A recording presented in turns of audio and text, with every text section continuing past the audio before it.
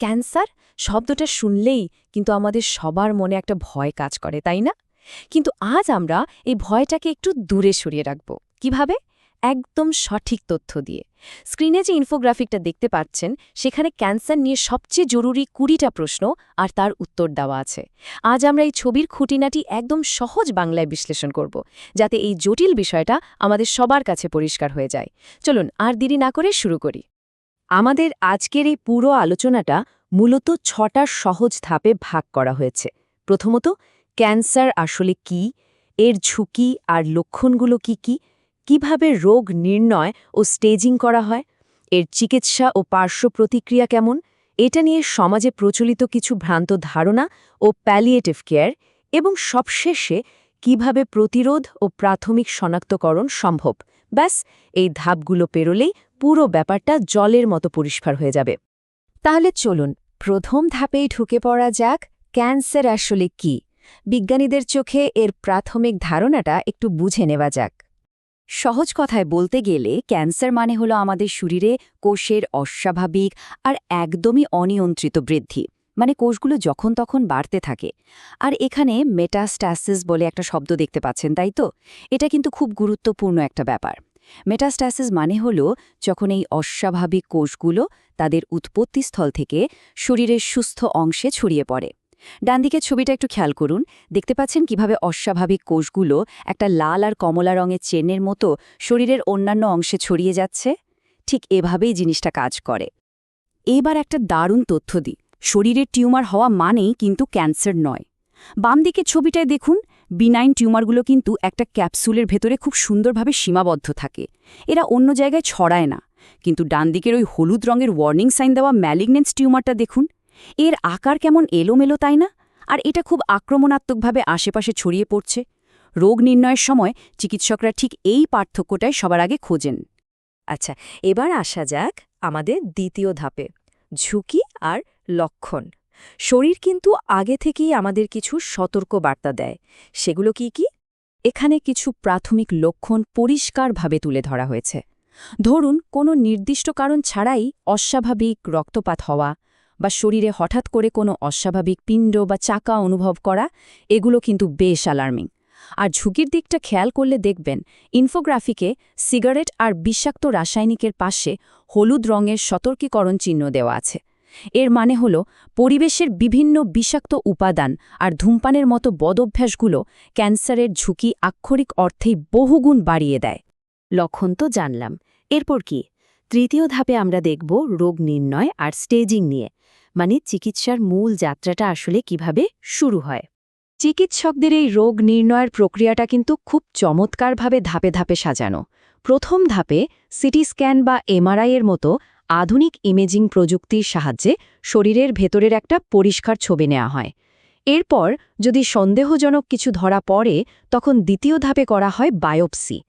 এই বায়োপসিতে মাইক্রোস্কোপের নিচে কোষ পরীক্ষা করে একদম চূড়ান্তভাবে রোগটা কনফার্ম করা হয়। স্লাইডের এই ফ্লোচার্টটা দেখলে পুরো প্রসেসটা কিন্তু খুব সহজেই বোঝা যাচ্ছে। তবে ইমেজিং আর বায়োপসির বাইরেও কিন্তু আরেকটা দারুণ আধুনিক পদ্ধতি আছে। সেটা হলো টিউমার মার্কার। ডানদিকের ছবিটায় ওই ম্যাগনিফাইং গ্লাসের নিচে লাল রক্তকণিকাগুলো দেখতে পাচ্ছেন? এটা মূলত রক্ত পরীক্ষার একটা পদ্ধতি। এখানে লেখা আছে না, বিওডি এবং বিএলওডি টেস্ট।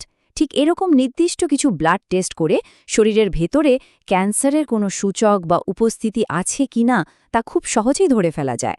রোগ কনফার্ম হওয়ার পর সবচেয়ে জরুরি বিষয়টা হচ্ছে স্টেজিং। এই স্লাইডের টাইমলাইনটা একটু খেয়াল করুন। স্টেজ 1.1 থেকে শুরু হয়ে কিভাবে স্টেজ 3.1, 3.2 বা 3.4 এর দিকে যাচ্ছে। স্টেজিং মানে হলো সময়ের সাথে সাথে রোগটা ঠিক কতটা ছড়িয়েছে সেটা ম্যাপ করা। রোগটা ঠিক কোন স্টেজে আছে সেটা বুঝতে পারলেই চিকিৎসকরা সবচেয়ে পারফেক্ট চিকিৎসা পদ্ধতিটা বেছে নিতে পারেন। স্টেজিংয়ের পরেই আসে আমাদের চতুর্থ ধাপ, চিকিৎসা আর তার পার্শ্ব প্রতিক্রিয়া। চলুন এই ব্যাপারটার একদম বাস্তব পরিস্থিতিটা একটু জেনে নিই। ইনফোগ্রাফিকের এই অংশের ছবিগুলো একটু মন দিয়ে দেখুন। কেমোথেরাপির ওই স্যালাইনের ব্যাগ, রেডিয়েশন থেরাপির বড় মেশিন আর ডাক্তারদের চেম্বারের দৃশ্যগুলো কিন্তু একটা সত্যি কথা মনে করিয়ে দেয়। ক্যান্সারের চিকিৎসা মোটেও কোনো ম্যাজিক নয়। এটা বেশ দীর্ঘ, জটিল আর চ্যালেঞ্জিং একটা প্রক্রিয়া, যেখানে পাহাড় সমান ধৈর্য আর অনেকখানি সাহস লাগে। আর এই স্লাইডটা আমাদের শেখায় ব্যালেন্স বা ভারসাম্য রাখতে। একদিকে যেমন চিকিৎসার কিছু বেশ কঠিন পার্শ্ব প্রতিক্রিয়া থাকে, যেমন ধরুন চুল পড়ে যাওয়া বা প্রচণ্ড শারীরিক দুর্বলতা, কিন্তু ঠিক তার উল্টো দিকেই রয়েছে চমৎকার একটা সাপোর্ট সিস্টেম। পেইন ম্যানেজমেন্ট দিয়ে ব্যথা কমানো, সঠিক পুষ্টি নিশ্চিত করা, আর সবচেয়ে বড় কথা মানসিক সমর্থন বা ইমোশনাল সাপোর্ট। এই সাপোর্টগুলো একটা মানুষকে কঠিন সময়টা পার করতে কতটা সাহায্য করে তা এই ছবিতে খুব সুন্দর করে ফুটে উঠেছে। এবার আমরা চলে এলাম পঞ্চম ধাপে। এখানে আমরা কথা বলবো কিছু প্রচলিত ভ্রান্ত ধারণা আর প্যালিয়েটিভ কেয়ার নিয়ে, মূলত সহানুভূতি আর সঠিক তথ্যের একটা মেলবন্ধন। সমাজের সবচেয়ে বড় ভয় আর উদ্বেগের জায়গাটা কোথায় জানেন?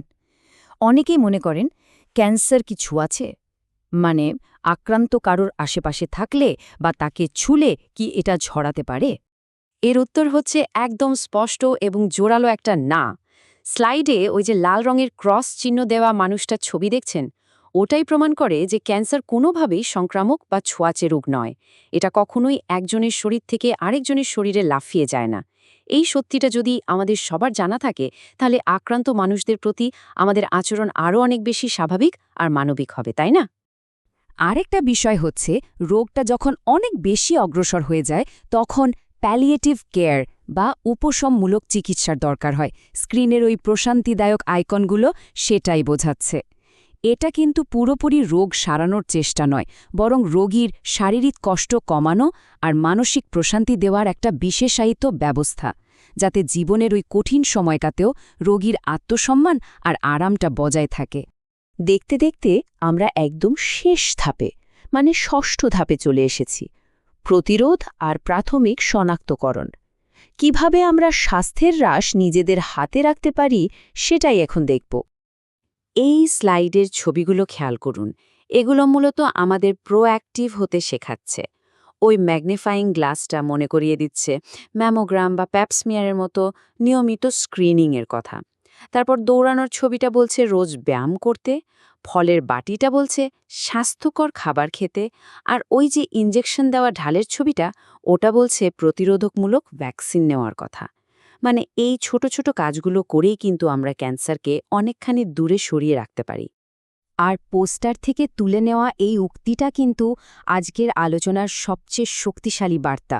আর্লি ডিটেকশন, মানে একদম প্রাথমিক পর্যায়ে রোগটা যদি ধরে ফেলা যায়, তাহলে ক্যান্সারকে হারিয়ে সম্পূর্ণ সুস্থ হয়ে ফিরে আসার সম্ভাবনা জাদুকরীভাবে বেড়ে যায়। সচেতনতাই কিন্তু এখানে সবচেয়ে বড় ঢাল। সবশেষে সবার জন্য একটা ছোট্ট চিন্তার খোরাক রেখে যায়। আজ আমরা ক্যান্সারের একদম A to Z যে 20টা বিষয় জানলাম, এটা কি, লক্ষণ কি, প্রচলিত ভুল ধারণাগুলো কতটা ভিত্তিহীন, এই জ্ঞানগুলো কি আমাদের ভয়কে জয় করতে সাহায্য করবে না? এই তথ্যগুলো নিয়ে আমরা যদি সমাজকে আরও একটু সচেতন করি, তাহলে কি আমরা সবাই মিলে এই রোগের মোকাবেলা আরও সাহসের সাথে করতে পারব না? এই প্রশ্নটা নিয়েই আজকে বিদায় নিচ্ছি। ভালো থাকবেন সবাই।